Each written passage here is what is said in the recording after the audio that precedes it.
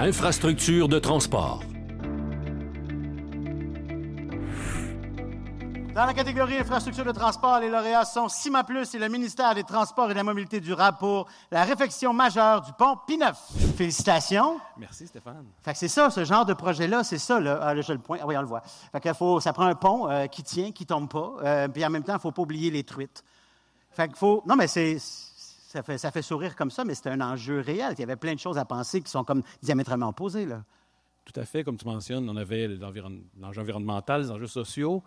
On parle de mobilité réduite des gens. Donc, on a mis des bancs pour faciliter le transport des gens, des personnes âgées, par exemple. Ben oui, prendre une petite pause dans le milieu du pont. Toutes sortes de petites choses comme ça. Comme tu dis, quand on passe le pont à 60 km/h, on ne remarque pas. Ben non. Il y a beaucoup d'humains qui l'utilisent. Moi, maintenant, je vais remarquer. Mais je suis content que tu le remarques, Stéphane. Ouais. Je vais peut-être même me stationner et m'asseoir sur le... Ah, c'est pas une bonne idée, ça. Ça, c'est pas une bonne idée. Comment le projet contribue concrètement à la mobilité durable, là?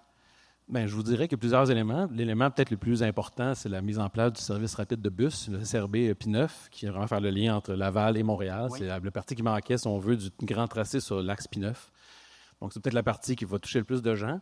Mais indirectement, on relie Montréal-Nord avec Duvernay à Laval, qui est souvent très utilisé par des piétons. Donc, beaucoup de gens qui vont faire l'épicerie au côté nord. Donc, c'est assez surprenant. Si vous l'utilisez comme piéton, vous allez voir qu'il y a beaucoup de trafic piéton, cyclistes, poussettes et toutes sortes de choses. Donc, on a bâti un lien vraiment pour tout le monde, pas seulement les automobilistes. Peut-être que vous pouvez me parler, j'ai vu que vous avez utilisé une technique de micro-pieux pour minimiser l'impact, pour que ça cogne moins fort, autant pour les voisins que pour les truites.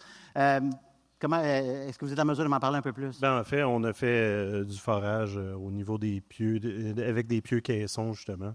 Parce que le battage, on avait des maisons centenaires autour, fait qu'on voulait préserver justement l'aspect, puis aussi préserver les... Idéalement, pas faire craquer un vieux solage de 200 ans, exactement, mettons. Exactement. Bien, bravo, félicitations, on peut les applaudir.